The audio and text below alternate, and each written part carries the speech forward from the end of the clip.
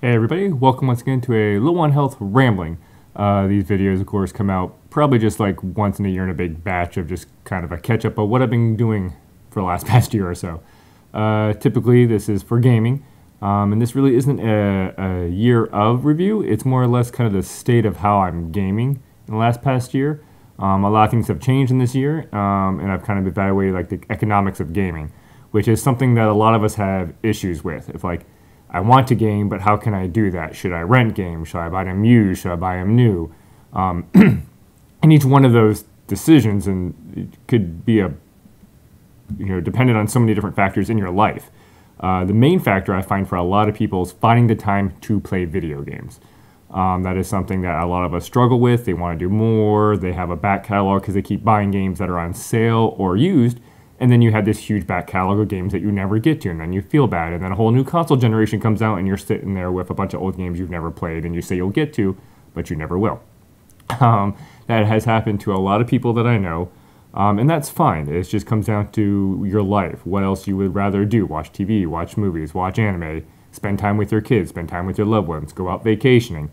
Those are all factors that everybody takes into account and figures out what they want to do with their life, and that's what determines really who we are. Basically the content that we ingest or that we use or that we want to do. So this year was kind of interesting for me because, as a lot of you know, I game a lot. There's a lot of games that I play, and I mainly do that thanks to GameFly, which is a service I've been using for a very long time. It has been very profitable for me because you do the 2 games out at a time, you put a bunch of new games in there. When they come out, they'll ship it to you.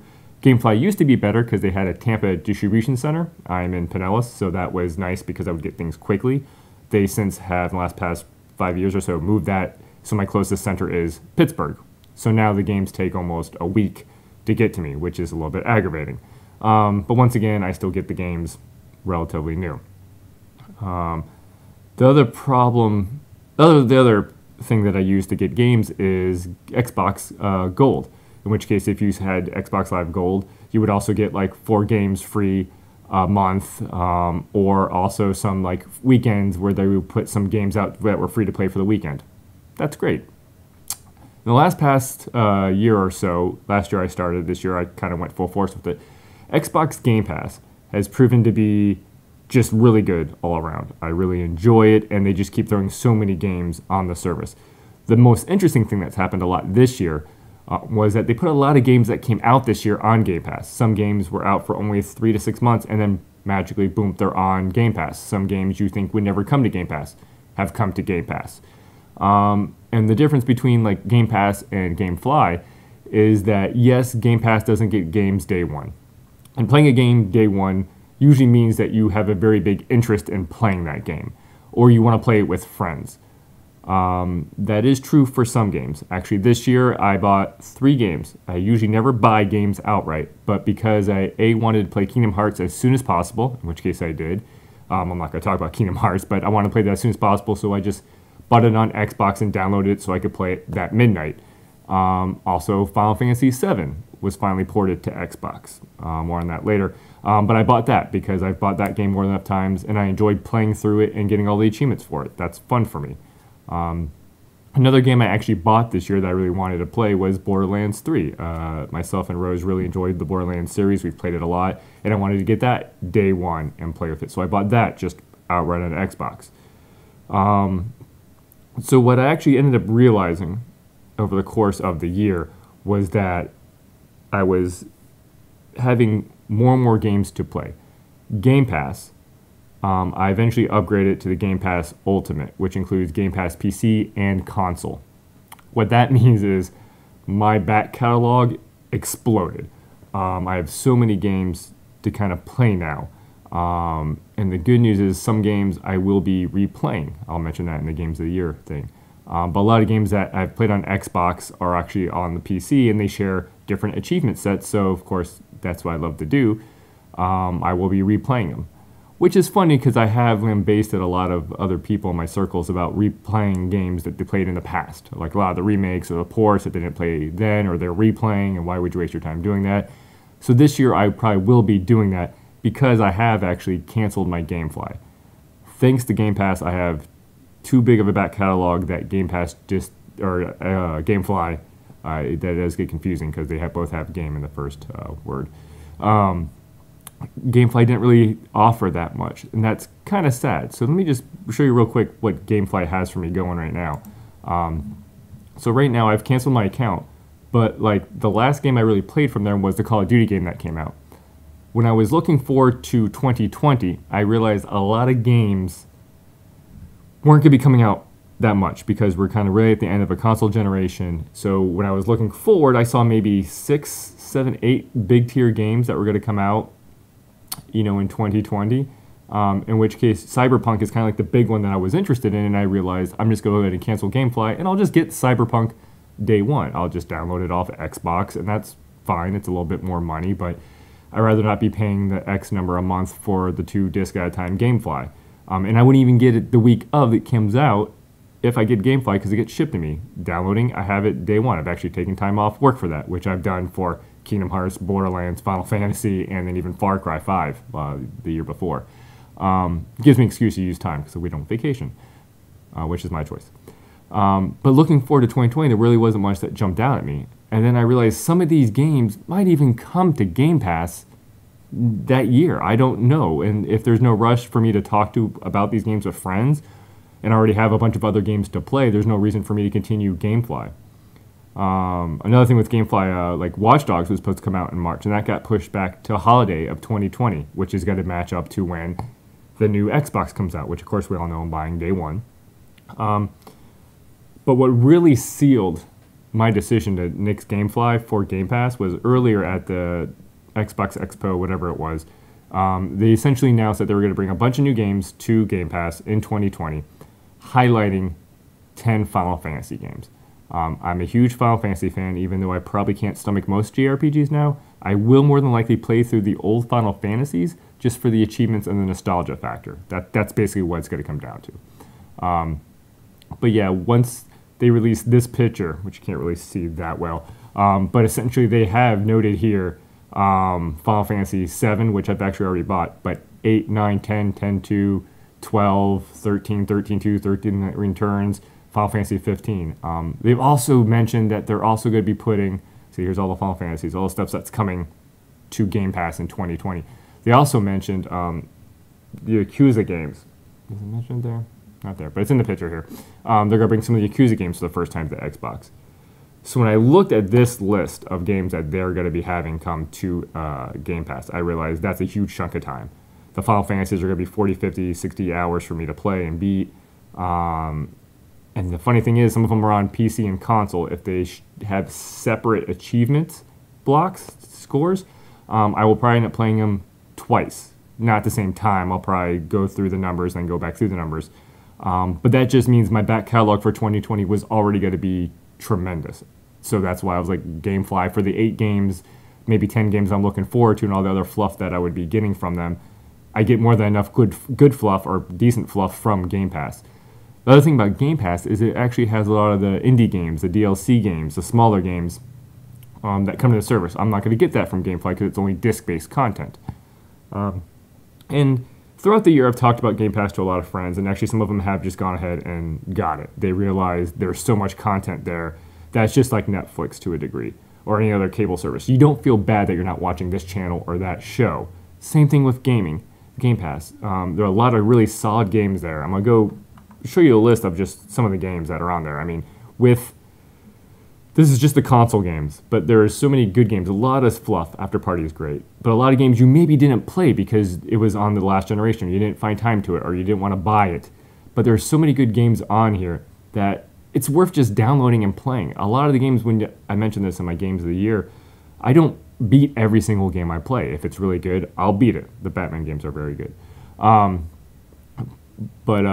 Blair was really good. I'm trying not to call the ones that are really good. But as I'm scrolling down through here, you might see games that you were thinking about playing but never got to it.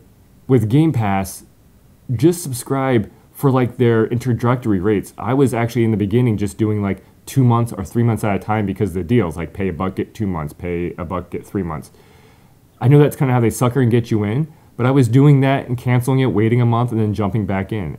But over the course of the year, I realized I might as well just jump full force in this because it's cheaper than Game Pass and it's offering so many games. They add so many games per month that it's hard to keep track. And we all know I stay on top of my games as much as possible. So if you're wondering if you're going to run out of games you're going to want to play or at least look at, you're not. There are so many games on it that it's worth just playing. And it's good because that way it broadens your knowledge of the games out there and what might be good for you and what you might enjoy. But yeah, Game Pass is good. As I'm scrolling down here, you might see, I mean, there's a lot of like Game of the Year nods. Real quick, Jump Force came out this year. Within 6 months, it was on Game Pass. That is very odd for a game to come out within a year to go right to the service, which makes me think what else might. But Kingdom Come Deliverance, some of my Game of the Year, a lot of games that have been in my top 10, Life is Strange, are in this service. As you can see, they also have 360 titles in it, which is kind of fun. If you want to go back and replay them, you can. For the achievement hunters out there, it's great to kind of replay through these. But a lot of games and even series you maybe never even tried, like Metro, it's worth, or Shadow of War. God, there's so much on the service. It's worth just playing in Monster Hunter World. I'm not a big Monster Hunter fan. I don't want to ramble on about each game here, but there's so much good stuff here, and I'm just going to keep scrolling. The cool thing about Xbox is a lot of their Title 1 games end up going to the service, which is just awesome that they do that. But yeah, and this is just the console. I'm just scrolling through the console, the Shenmue games from those, and that's just, they have over 200 on the console right now, which is just crazy to think about. Let's see if this works. Sometimes this website isn't as good.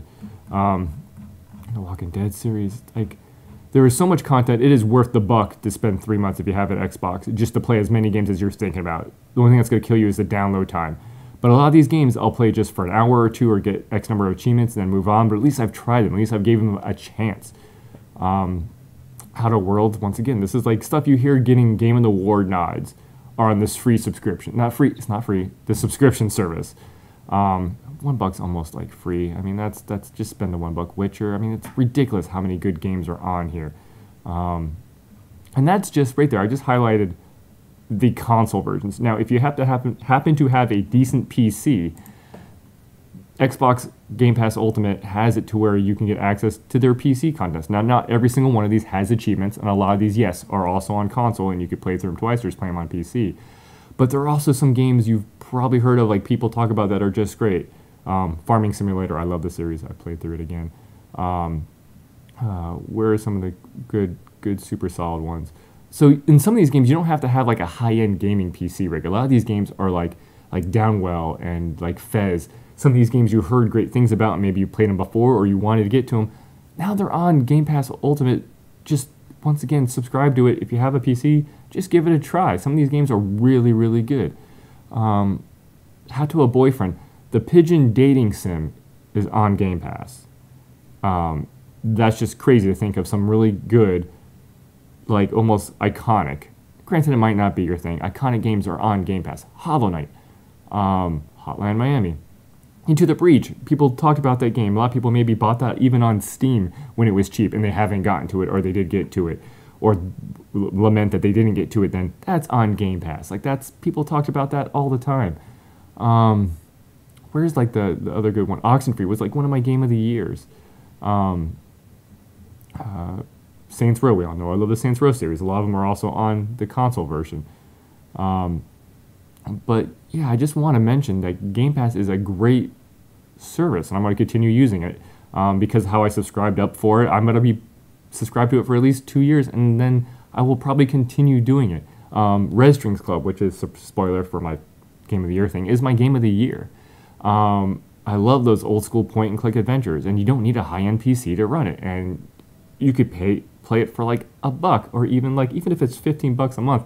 The amount of content that you can get from this equals what I like to think to a subscription service to video streaming, Netflix, Disney Plus. Like, this is definitely, if you're a gamer or just want to taste a little bit of gaming, do this. Undertale. How many people have heard about Undertale? Everybody loves it. That is on Game Pass. Vampire was like part of my top 10. It's just crazy to think of how many games are on here. And for the achievement hunter, I mean, Game Pass has helped a lot because my gamer score has just gone up over the years. Like, it's just crazy to think that just from like here on, that's how much it's helped. Like, it's just really good. And we know I kind of have always just been full force an achievement hunter. But yeah, I just wanted to kind of do this video for a couple reasons to kind of just showcase what my gaming economics have been. A lot of people wonder, how can you game so much? Time management is a whole nother section that I could talk about, but the economics of it. Is it better to do a subscription service or GameFly as opposed to keep buying pre-owns and trading in pre-owns? I'm not a big fan of that. That's a lot of work. GameFly at least mailed it to me. But with Game Pass, it's just so much easier. And it's just consolidated on the Xbox console. And it's, of course, now including the PC, which is something I never thought I would be doing more PC gaming, but now I am. Then I wanted to do this to just test out my new setup. You might notice the background and lighting and everything's different because, well, that's spoiler for the life events. We moved this year to a bigger place.